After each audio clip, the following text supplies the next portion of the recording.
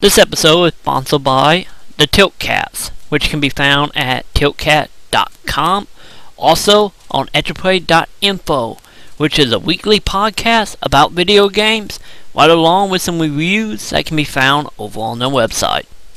The Carousel Podcast, which can be found at thecarouselpodcast.com. Also a weekly podcast, which can also be found on etchaplay.info. But not only does it cover video games, also music, movies, and comics. So check them out.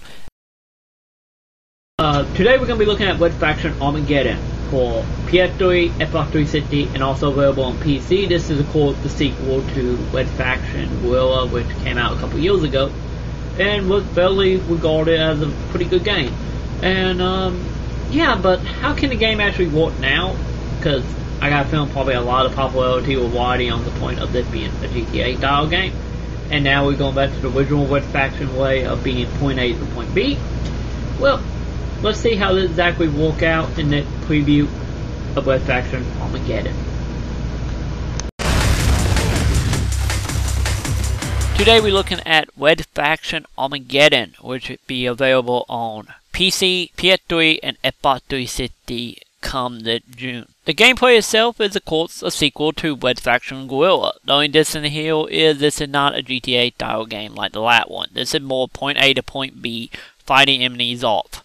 The gameplay itself, of course, outside of that, haven't really changed that much. Everything is still more or less destructible except for the ground. Pretty much the only new stuff here is now you have ability which can either make like bubble shields or make people float and so on, right along with now you have the nanophore ability, which will give you the ability to pretty much rebuild anything you destroy, which is a very handy thing to have, not just to get from point A to point B, but also to bring back cover and pretty much being able to use it as a part of combat, which is always a great thing to have whenever we introduce something new like this. But if you're wondering, the vehicles and stuff is still there, but not only do the game take place underground, the game will also take place above ground, which personally we haven't had a chance to test out the upground part, but the underground part, the only thing personally we worry about on our end is the camera is a little freaky, since of course it's still being third person over the shoulder combat, is how fast some of the new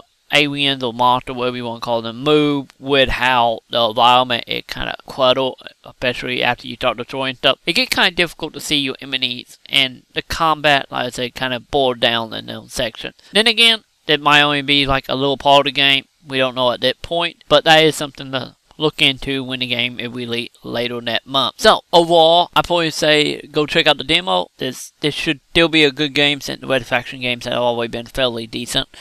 And look forward to our review come the middle of next month.